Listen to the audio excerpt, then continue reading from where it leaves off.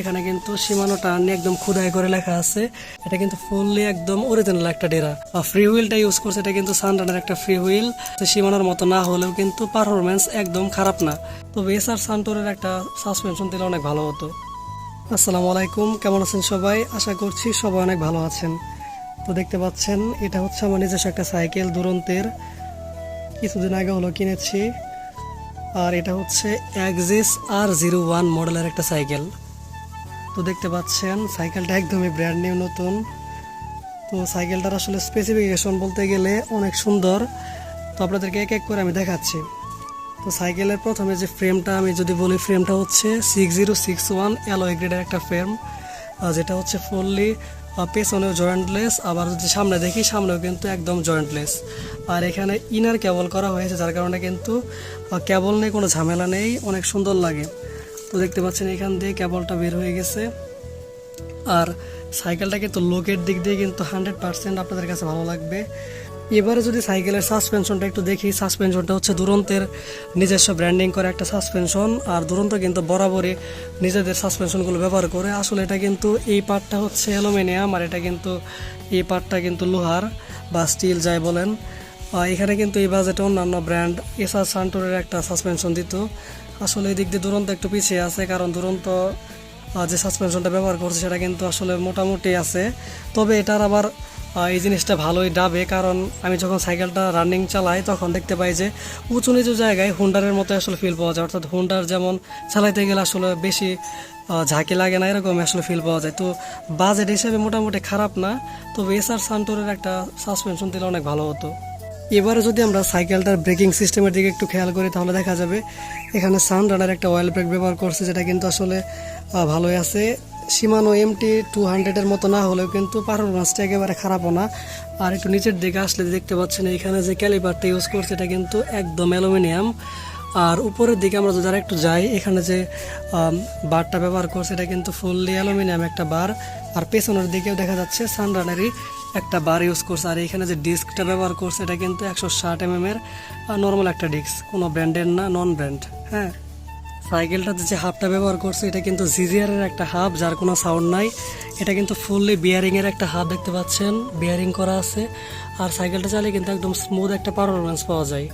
এবারে যদি আমরা সাইকেলের শিফটারটা একটু দেখি, এখানে সানরানের একটা শিফটার ব্যবহার করছে, যেখানে পেছনে আসলে 8 কাটা সাপোর্ট করে, আর হচ্ছে সামনের দিকে এটা হচ্ছে 3 কাটা সাপোর্ট করে। দেখতে পাচ্ছেন সানরানের শিফটার কোয়ালিটি মোটামুটি ভালোই আছে, আর একটু হালকা সাউন্ড হয়, যেটা আসলে মানায় যায়। এবারে যদি আমি সাইকেলটা ট্রান্সমিশন যে পার্টটা রয়েছে একটু দেখি, সেখানে সামনে ইউজ করতে দেখতে পাচ্ছেন শিমানো টার্নেটি জেডের একটা ডেরা, এটা কিন্তু একদম অরিজিনাল। আর পেছনে যদি একটু খেয়াল করে, এখানে কিন্তু সীমানো টার্নি একদম খোদাই করে লেখা আছে। এটা কিন্তু একদম ইন্দোনেশিয়া লেখা আছে ওই পাশে। এটা কিন্তু ফুললি একদম অরিজিনাল একটা ডেরা। আর এইখানে যে ফ্রি হুইলটা ইউজ করছে, এটা কিন্তু সানরানের একটা ফ্রি হুইল। এটা কিন্তু আসলে মোটামুটি ভালোই আছে, সীমানোর মতো না হলেও কিন্তু পারফরমেন্স একদম খারাপ না। আর এইখানে যে চেনটা ইউজ করছে এটা কিন্তু মায়া নাকি কি যেন একটা কোম্পানির চেন, যেটা নন ব্র্যান্ড না হলেও তার থেকে ভালোই আছে। আর একটু যদি আমরা সামনের দিকে দেখি, এখানে যে ক্র্যাঙ্কসেটটা ইউজ করছে এটা কিন্তু আসলে স্টিলের একটা ক্র্যাঙ্কসেট, কোনো কোম্পানি জানি না, অ্যাকোরা নাকি কি যেন একটা কোম্পানি। আসলে এই বাজেটে এই ক্র্যাঙ্কসেটটা দেওয়া উচিত হয় নাই। এই জায়গায় কিন্তু সীমানো অথবা প্রো হুইলের ক্র্যাঙ্কসেটগুলো দিতে পারতো, জানি না দুরন্ত আসলে কি করে। এবারে যদি আমরা সাইকেলটার রিমটা একটু দেখি, এটা কিন্তু হাই রিম আর ফুললি অ্যালুমিনিয়াম, যেখানে কিন্তু দুরন্ত ব্র্যান্ডিং করা আছে, দেখতে পাচ্ছেন। আর যদি আমরা টায়ারটা একটু দেখি, এটা কিন্তু অনেকটাই মোটা একটা টায়ার, আর গ্রিপগুলো কিন্তু খুবই সুন্দর। আমি চালাইতে গেলে আসলে অনেকটাই মজা পাইছি। আর এটা কিন্তু RFL-এর একটা টায়ার, আর RFL আর দুরন্ত একটাই। তো দেখতে পাচ্ছেন সাইকেলটার কোয়ালিটি খুবই ভালো আছে। আমরা যদি এবার সাইকেলের যে হ্যান্ডেলটা রয়েছে এটা একটু খেয়াল করে দেখতে পাচ্ছেন, এখানে যে একটা স্ট্রিম নাকি বার বলে এটা যে ইউজ করছে, এটা কিন্তু ফুললি অ্যালুমিনিয়াম, সুপার লেখা আছে আর কিমান লেখা আছে এখানে। আর দেখতে পাচ্ছেন সাইকেলের হ্যান্ডেলটা একদম স্ট্রেট একটা হ্যান্ডেল, অনেকটাই প্রিমিয়াম একটা লুক দেয়। আর এখানে যে এটাকে কি বলে, যে গ্রিপটা আসলে ইউজ করছে, সেই গ্রিপটা হচ্ছে আসলে দুরন্তের একটা গ্রিপ, এটা কিন্তু আসলে অনেকটাই প্রিমিয়াম একটা গ্রিপ। আর যদি পেছনের দিকে আসি, দেখতে পাচ্ছেন এখানে যে সিটটা ব্যবহার করছে, এই সিটটা আসলে খুবই আরামদায়ক, কারণ লং রাইড করে আসলে খুবই মজা পাওয়া যায়। আর এইখানে যে সিটের নিচে যে বারটা ইউজ করছে, এটা কিন্তু আসলে ফুললি অ্যালুমিনিয়াম। দেখতে পাচ্ছেন, একটু ভালো করে দেখা, এটা কিন্তু ফুললি অ্যালুমিনিয়াম। এখানে অবশ্য পেছনে আমার উঠে গেছে, অ্যালুমিনিয়ামের চিহ্ন বোঝা যাইতেছে। তো সাইকেলটাতে যদি বলেন যে আসলে লোহার কি কি আছে বা স্টিলের কি কি আছে, তাহলে এই যে অংশটা এটা হচ্ছে স্টিলের, আর যে এইখানে যে অংশটা রয়েছে এটা কিন্তু স্টিলের।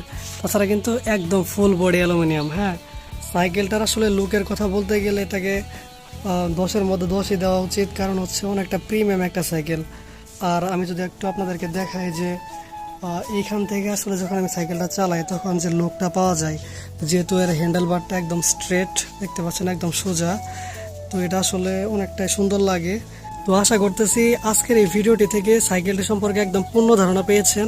তো সাইকেলটার আসলে ভালো দিক হচ্ছে সাইকেলটা খুবই প্রিমিয়াম একটা সাইকেল, আর চালাতে গেলে কিন্তু গাইস সত্যি কথা বলতে সাইকেলটা অনেকটাই ভালো লাগে, অনেকটাই স্মুথ একটা সাইকেল। আর এই দামে হয়তো বা আপনারা অনেক সীমানোর পার্টস পাবেন, কিন্তু এই সাইকেলটা দেখতে পারেন, সাইকেলটা কিন্তু অনেকটা ভালো আছে, আমি নিজে চালাইতেছি, অনেকটাই প্রিমিয়াম একটা সাইকেল। তো আজকের ভিডিওটা লম্বা করবো না, আশা করতেছি আপনাদেরকে একটা ফুল রিভিউ দিতে পারছি। এই বলে ভিডিওটি শেষ করতেছি। আসসালামু আলাইকুম।